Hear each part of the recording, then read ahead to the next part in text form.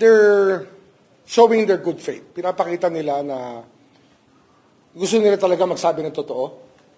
At ito'y kanilang sinasabayan ng mga dokumento at mga notes na kanilang naipon through the years. Kaya magandang umaga po ito. Magandang umaga nangyari sa amin dito. At marami kami natututunan. Sir, evaluation na po ito for the WPE. Tama po ba? Kasama yan sa evaluation. Pero we consider them already protected witnesses. Yun nga, yung tatlong tiga-DPWH so far na nagsasalita sa amin are considered protected witnesses. And we had just wrote a letter to the Senate President about that status. And hopefully we can talk about it tomorrow morning. So, sir, officially sila po ay protected witnesses? Yes. I mean, meaning to say, kasi nga, we will be needing their cooperation. And we will be needing more time for them to be able to gather different documents that are important to us. Kasi dyan talaga nakasalalay ang ebidensya na hinaharap. Hindi lang to kwento, pero merong mga notes, ledgers at lahat ng kasama na maaari magturo sa mga taong may pananagutan sa kinabukasan sa mga darating na araw. Sir, dun sa initial na pakikipag-usap niyo po sa kanila, mas marami pa ba silang masasabi? Mas marami pa po, mas malawak pa yung hawak niyo? Mas malawak pa. At marami talagang bagay pa na dumating sa aming kaalaman na hindi pa nilalabas sa mga pandinig ng Senado. Sir, mas malawak meaning mas maraming pangalan ng mga politiko ng ibang taong involved? Ganun nga. At mga pangalang hindi nababanggit na ngayon ay nababanggit. At maaring iugnay sa iba pa mga taong hindi pa nababanggit. Sir, yung CPU, yun po ba ay na-turn over na po sa inyo? Na-turn over na nakuha na namin yung impormasyon na kinakailangan at na-reseal na namin ulit sapagkat kung nais buksan niya ng Senado pagkatapos o hihingi nila, sino ba naman kami para tumanggi? Sila ang unang nag-imbestiga. Ang trabaho talaga ng DOJ, tiga-usig, prosecution. Kaya lang, dito kasi witness protection. Kinakailangan namin ma-evaluate. Kaya yung information na binibigay sa amin ay makita namin kung ano makabuluhan at makakatulong para matapos ang mga kasong ito at malitis ito na maayos. Sir, are you satisfied with what they're saying? Are you... Marami pa ang kailangang ungkatin na impormasyon. Ngunit,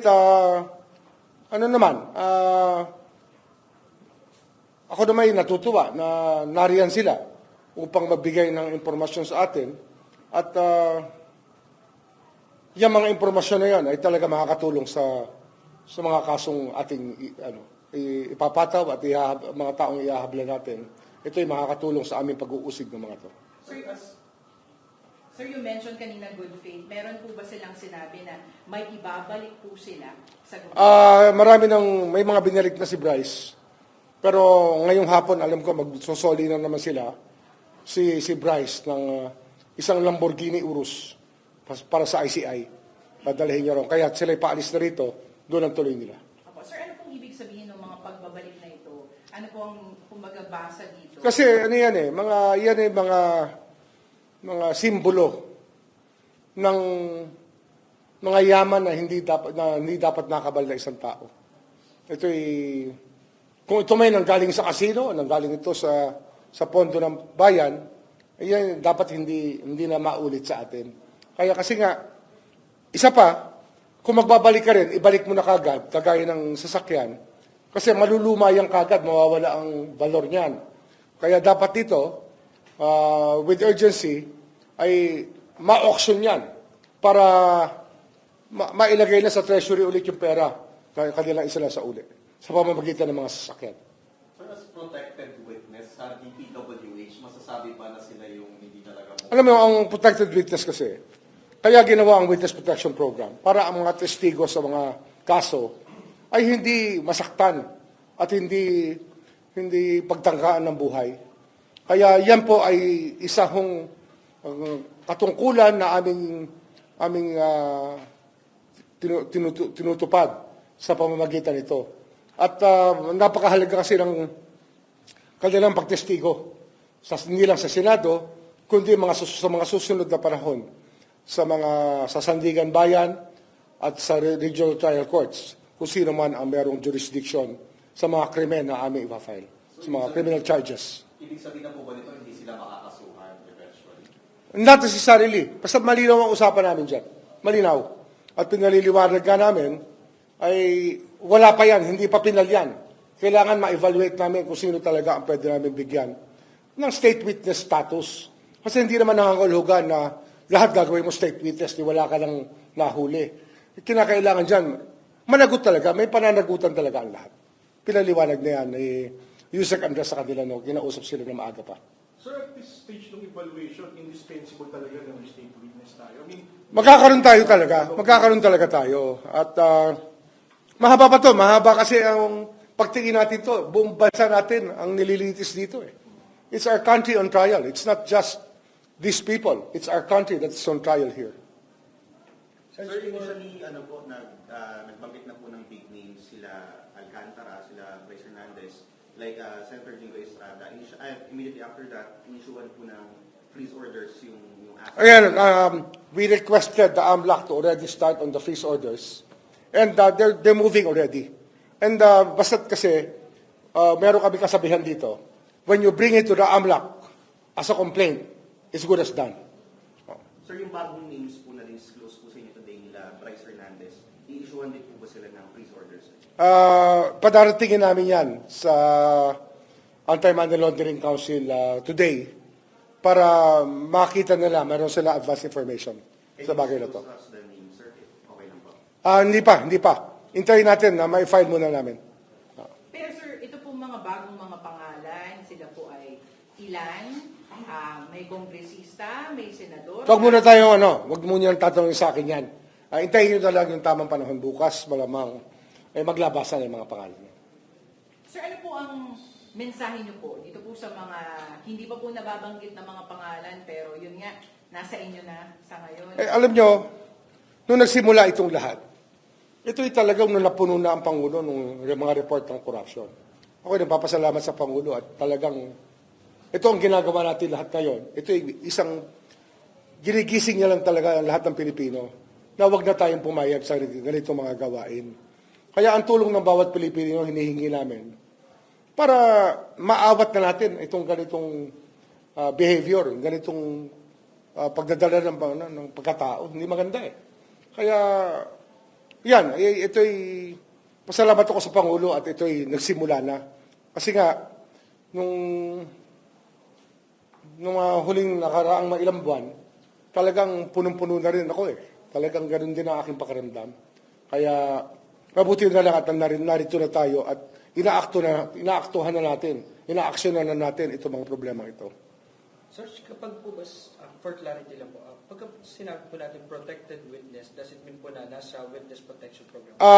Witness protection na yan, bibigyan na natin yan ng mga security, papaalam na natin sa PNP, yung kanilang kinilalagyan para mayroong roronda sa kung saan man sila naroroon, talaga para ramdam natin sa kanila na hindi natin sila pinababayaan. Sir, yung tatlong engineers nagpunta dito and then protected witness na sila. Sila Discayas nagpunta po dito, hindi pa sila qualified. Pwede na rin silang protected witness. No? Yun ang susunod naming anuhin. Pero yung state witness status kasi, we're very careful about that. It takes a lot of doing to declare a person as a state witness because you're freeing them completely from criminal liability. Kinakailangan kompleto information. Sa ngayon sir, wala pa tayong statement. Wala pa tayong state witness. Protected witnesses. And ano naman to sabi ko nga, yung mga sinabi nila sa Senado na wala pa silang status ng state witness o protected witness. Andyan na yan Pero ang inaano natin, hanggang saan pa ang ilalabas nila impormasyon. Kasi ang hinihingi natin dito, ang sabi ko nga, wala sa batas, pero basic, the whole truth and nothing but the truth. Pag sinabi mong the whole truth, merong historical perspective yan kung saan nagsimula yan.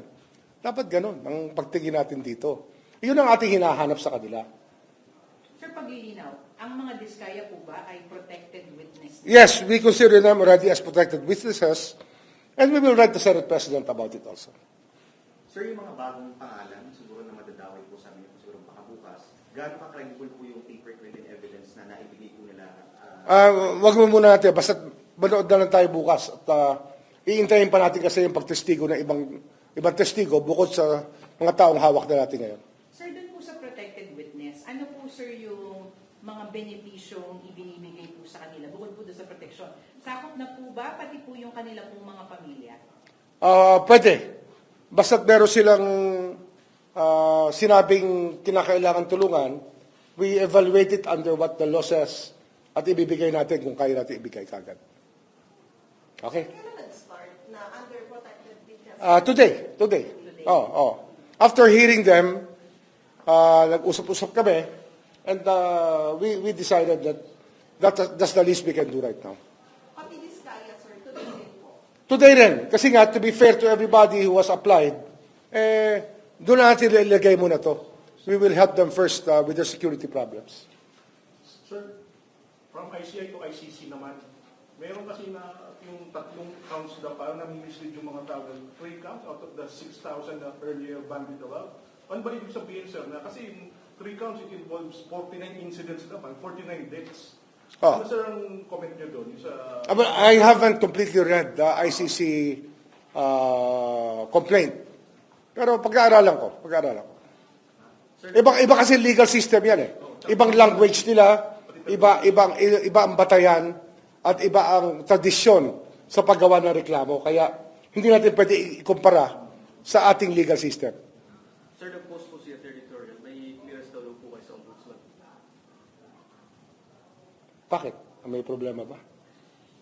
Sir, is it confirming na, sir? Ha? Well, it's with the JBC already. Sir, sir, Ha? Clearance, nasa JBC na. pinasura po yung MR ni Senator Mark. Well, basta may clearance na. Nasa JBC na.